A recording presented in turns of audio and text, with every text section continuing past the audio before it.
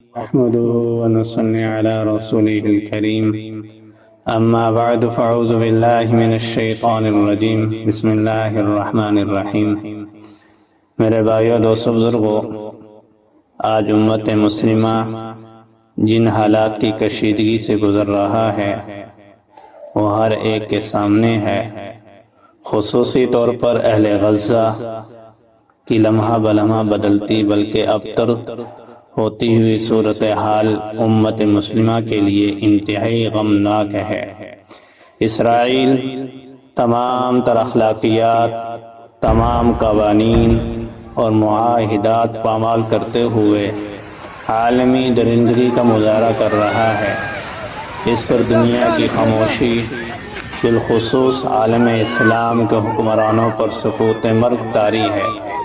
ایسے حالات میں سقوط بغداد کا واقعہ یاد آتا ہے کہ جب تاتاریوں کے ہاتھوں عباسی دور حکومت کا خاتمہ ہوا، انہوں نے بغداد کی اینٹ سے اینٹ بجا دی تھی۔ اس وقت بھی تقریباً یہی صورتحال تھی۔ آج ارض مقدس فلسطین غزہ کا منظر ہمارے سامنے ہے۔ اسرائیل اور اس کے پشت پناہ یورپی ممالک نے جو انسانی حقوق کی نام و نہاد چادر اوڑھ رکھی تھی، انسانی اخلاقیات اور انسانیت کی خدمت کے نام سے، اور وہ چادر اسرائیل کے ہاتھوں تار تار ہو چکی ہے۔ آج اس کا اصلی چہرہ ساری دنیا نے دیکھ لیا۔ افسوس غیروں پر نہیں، اپنوں پر ہے۔ اس سے بھی زیادہ اضطراب انگیز صورتحال یہ ہے کہ مسلمان حکمران بھی اسی مصلحت پسندی بلکہ کہنا چاہیے دینی بے ہمتی اور بے حسی کا شکار ہو گئے ہیں۔ آج OIS، مسلم حکمران اور عرب لیگ کے جو کردار ادا کرنا چاہیے تھا وہ اس کے لیے مل بیٹھ کر سوچنے کو بھی تیار نہیں۔ ہر ایک کو اپنی پڑی ہے نفسا نفسی کا عالم، اپنی دو اینٹ ریاست اور کرسی کی فکر پڑی ہے افسوس امت مسلمہ سناٹے کے عالم میں اپنے حکمران اور عسکری قیادت کو دیکھ رہی ہے۔ پہلے کی طرح آج بھی دنیا بھر سے دینی حلقوں اور لوگوں کی طرف سے مظلوم اہل غزہ اور فلسطین کے لیے آوازیں اٹھ رہی ہیں۔ اپنی کوشش اور تعاون کی جا رہی ہے۔ یہ اس بات کی علامت ہے کہ ملت اسلامیہ کی دیندار عوام ہرگز بھی اس مسئلے میں اپنے حکمرانوں کے ساتھ نہیں بلکہ دینی قیادتوں کے ساتھ ہیں، جو کسی نہ کسی صورت میں اپنا آواز بلند کر رہے ہیں۔ میرے بھائیو دوستو بزرگوں، یاد رکھیں آج ہم زیادہ سے زیادہ اس آواز کو مضبوط کرنے کی ضرورت ہے۔ ہم اپنی تاریخ سے آگاہ ہونا بہت ضروری ہے۔ مثلاً تاتاریوں کے ہاتھوں سقوط بغداد ہوا، سوچنا چاہیے کہ اس وقت زوال کے اسباب کیا تھے اور کس نے نقصان پہنچایا اور کس نے امت کو بچایا۔ یہی وہ نقطہ نظر ہے جس کو سمجھنا ضروری ہے۔ علماء کا کام ہے کہ وہ لوگوں کو دینی غیرت اور حمیت کو اجاگر کریں۔ ایسے حالات میں ہرگز بھی مسلک کی امتیازی مسائل کو نہ چھیڑیں۔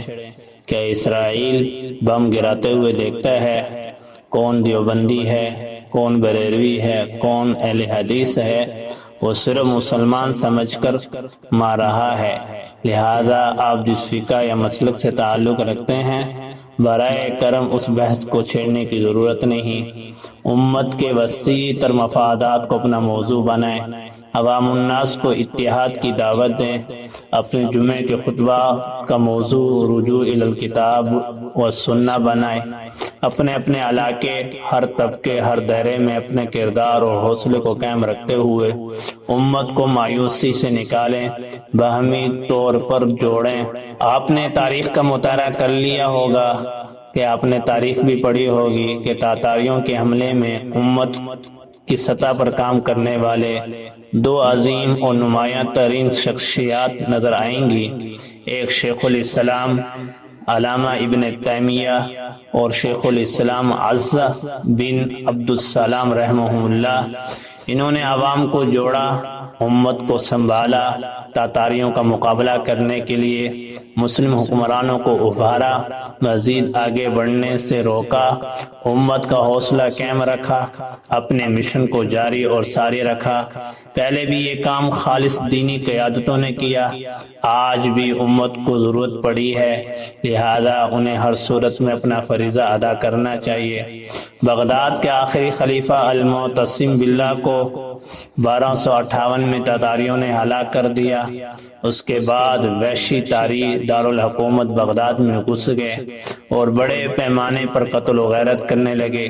یہ وہ وقت تھا جب امام ابن تیمیہ رحمۃ اللہ علیہ اپنے مسند تدریس سے اٹھے، ایک طرف شام اور مصر کے مسلم عوام میں تاتاریوں کے خلاف لڑنے کا شعور بیدار کیا، مساجد، مدارس اور عوامی احتجاجات میں تقریریں کی، وقت کے بڑے اہل علم سے ملاقات کر کے انہیں ابھارا، جبکہ دوسری طرف شام کے حاکم ابن نحاس اور مصر کے حاکم سلطان بن محمد کو تاتاری جاریت کے خلاف جنگ کے لیے آمادہ کیا۔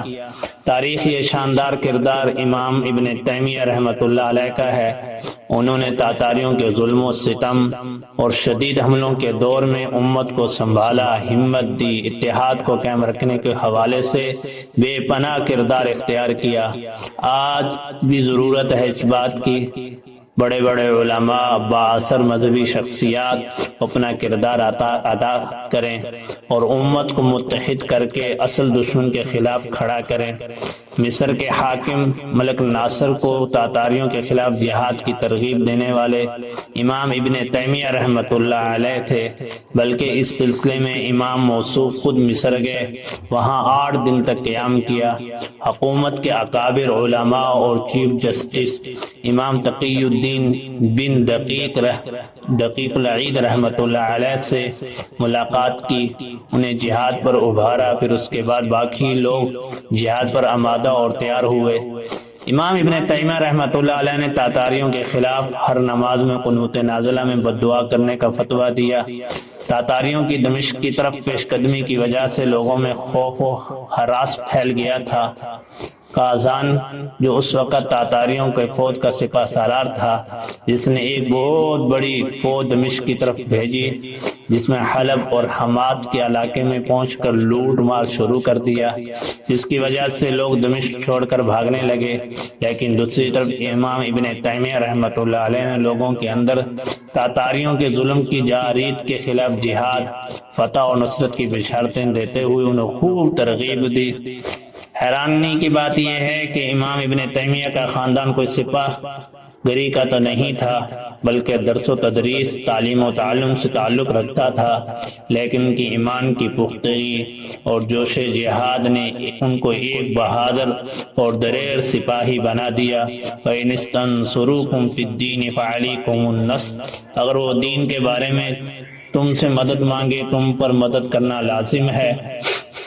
تاتاریوں کے خلاف میدان جنگ کے دوران امام ابن تیمیہ نے امیر لشکر سے کہا، مجھے موت کی جگہ دکھا دو جہاں پر دشمن کے تیر برس رہے ہیں۔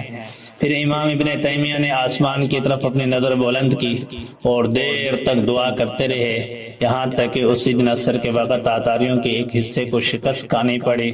آپ اندازہ لگائیے کہ جب اللہ تعالیٰ نے مسلمانوں کو تاتاریوں پر فتح دی تو ہر زبان پر امام ابن تیمیہ کی تعریف تھی۔ حاکم وقت ملک ناصر اور فوج کے سپہ سالار کے دل میں امام ابن تیمیہ کی قدر و منزلت کئی گنا بڑھ گئی، لیکن اس کے بعد جب امام ابن تیمیہ کو حکومت کی وزارت کی پیشکش کی تو انہوں نے یہ کہہ کر ٹھکرا دیا کہ میں قوم کا ایک معمولی سا فرد ہوں، میں حکومت کا بندہ نہیں ہوں۔ تو میرے بھائیو، دوستو، بزرگوں، ہمیں بھی چاہیے آج ہم اپنے مظلوم مسلمان اہل غزہ، اہل فلسطین کی مدد کریں، اسرائیل مسلمات کی بائیکاٹ کریں، یہ ایمانی تقاضا ہے۔ مولانا سرفراز خان صاحب رحمۃ اللہ علیہ نے بھی ایک بہت خوبصورت مثال دی ہے۔ آج ہر مسلمان سے جب ہم یہ کہتے ہیں کہ بائیکاٹ کرو، وہ کہتے ہیں میرے بائیکاٹ کرنے سے کیا ہوگا؟ 2 ارب مسلمان ہیں، اگر 1 روپے کا بھی بائیکاٹ کرے ہر مسلمان تو 2 ارب کا بائیکاٹ ہو سکتا ہے۔ تو حضرت ابراہیم علیہ السلام کو جب آگ میں ڈالا گیا تو چڑیا اپنی چونچ میں پانی لا کر اس آگ پر ڈالتی تھی۔ کسی نے پوچھا تیرے چونچ کے پانی سے آگ بجھ جائے گی؟ اس نے کہا آگ بجھے نہ بجھے، میری جتنی چونچ ہے میں اتنا پانی لے کر آ رہی ہوں۔ تو اس نے اپنی طاقت کے مطابق کیا ہے کوشش کی۔ تو میرے بھائیو دوستو بزرگو، آج اللہ نے جو ہمیں ہمت دی ہے، طاقت دی ہے، تو ہمیں بھی چاہیے اسرائیل مصنوعات اور جتنے اس کے پس پشت پناہ قومیں ہیں، ملک ہیں جو اس کی پسپنائی کر رہے ہیں، ان کی مصنوعات سے بالکلیہ طور پر بائیکاٹ کریں، اور جتنا ہو سکے اہل غزہ، اہل فلسطین کی جس طریقے سے ہو سکے ان کی مدد کریں، کوشش کریں، لوگوں کو متوجہ کریں، خود بھی متوجہ ہوں۔ تو اللہ تعالیٰ سے دعا ہے اللہ تعالیٰ ہم سب کو عمل کی توفیق عطا فرمائے۔